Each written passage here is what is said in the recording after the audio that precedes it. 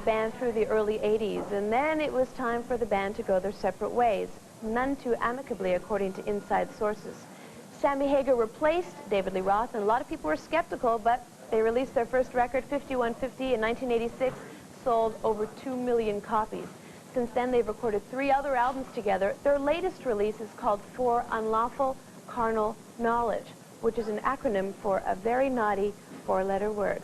Our Spotlight Part 2 on Van Halen, right now on Much. Hey, there's so much spontaneity goes on. Nothing to say, never. It just, but it's always consistently good. You know, at the end of the show for the encore, I'll just play something these guys don't even know and something I don't even know. We're real experimental in the studio. By having, you know... But it's still very much Van Halen, you know. It was...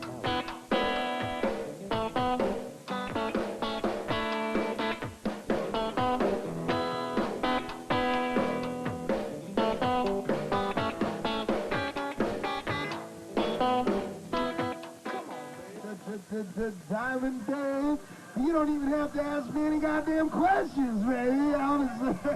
How do we spell relief? We spell it 1 M-I-L-L-I-O-N. See, you know what I'm talking about?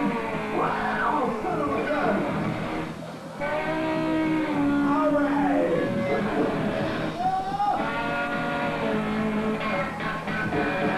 I forgot the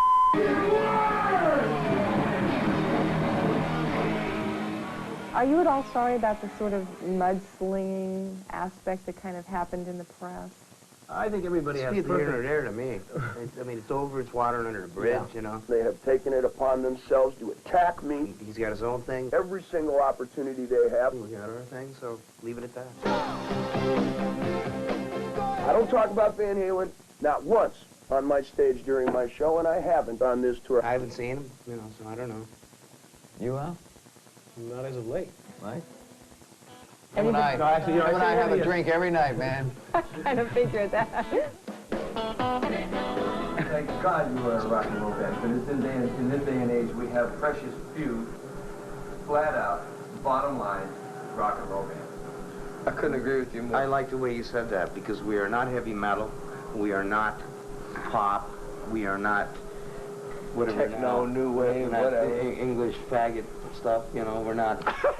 No, but whatever, you know, we're not. We're just a straight ahead rock and roll band that, you know, well, obviously I have a biased opinion, but I think we write melodic rock and roll, you know, delivered with the hell of a punch. You know, musically, we probably do everything backwards and different than, like you were saying earlier, layering this and that and everything else.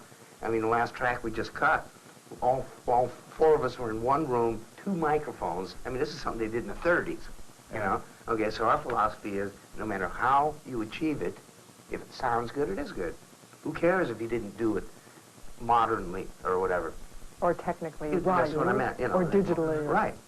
Yeah. So it's just making it feel good. And you know, it just makes sense. If something sounds good, it is good. Who cares how you did it? I've also read that you guys have said music is your drug. Music is like a drug. Hey, man, it pumps me up. Van Halen, to me, is a timeless kind of thing. We're not a fad. We're not a, you know what I mean? We're not that kind of thing. We're just a rock and roll band that makes good music. I truly believe that if we, all 4 of us, like something, there's bound to be a few million other people that will.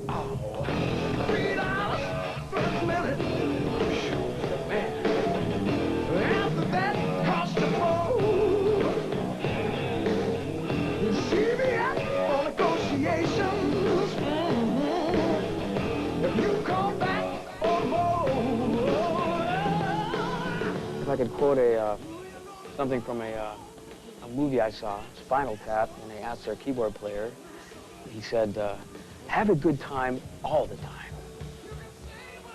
I just wanted to throw that in at you. The first thing that we decided was we're not going to influence each other in a way where you force your will upon somebody else. Except the audience. Yes. So everybody's on his own, and that's it. And we're having a great time doing it. You agree with that? Oh, yeah. Most of the time, Al's playing a different song than the rest of us are playing. So I totally agree. And walking out on stage playing music is probably one of the greatest highs that you can really, really have. You can't buy it in pill form.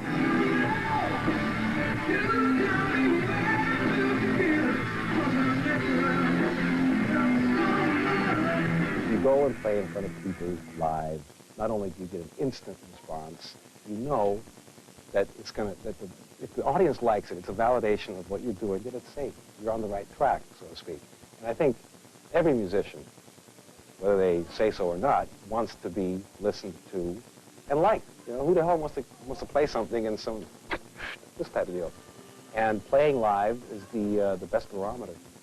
After we get through touring, what I do is I put the bass away for about a couple of weeks, and then after that, I hang out at clubs and hope somebody recognizes me so I can get up and jam. Hard work, fun, enthusiasm, almost every emotion, almost everything you could experience, we experienced it. I mean, time where you're emotionally like ready to break down and cry, you know, from frustration, wanting to do it better than you were doing it.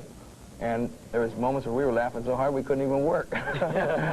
and that's when we get the best takes. Yeah, that's right. Some real spontaneous creativity on there. There's really everything on there. It's probably the closest to being real, what we really are, because we took that amount of time to work on it. It's an extension of what we are today, our lives.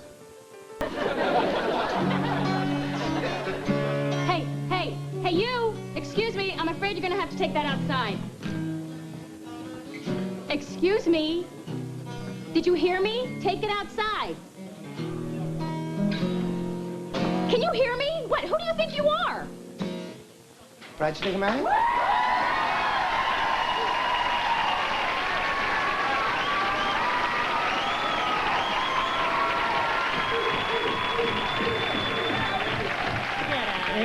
Hey, Coco, go ahead.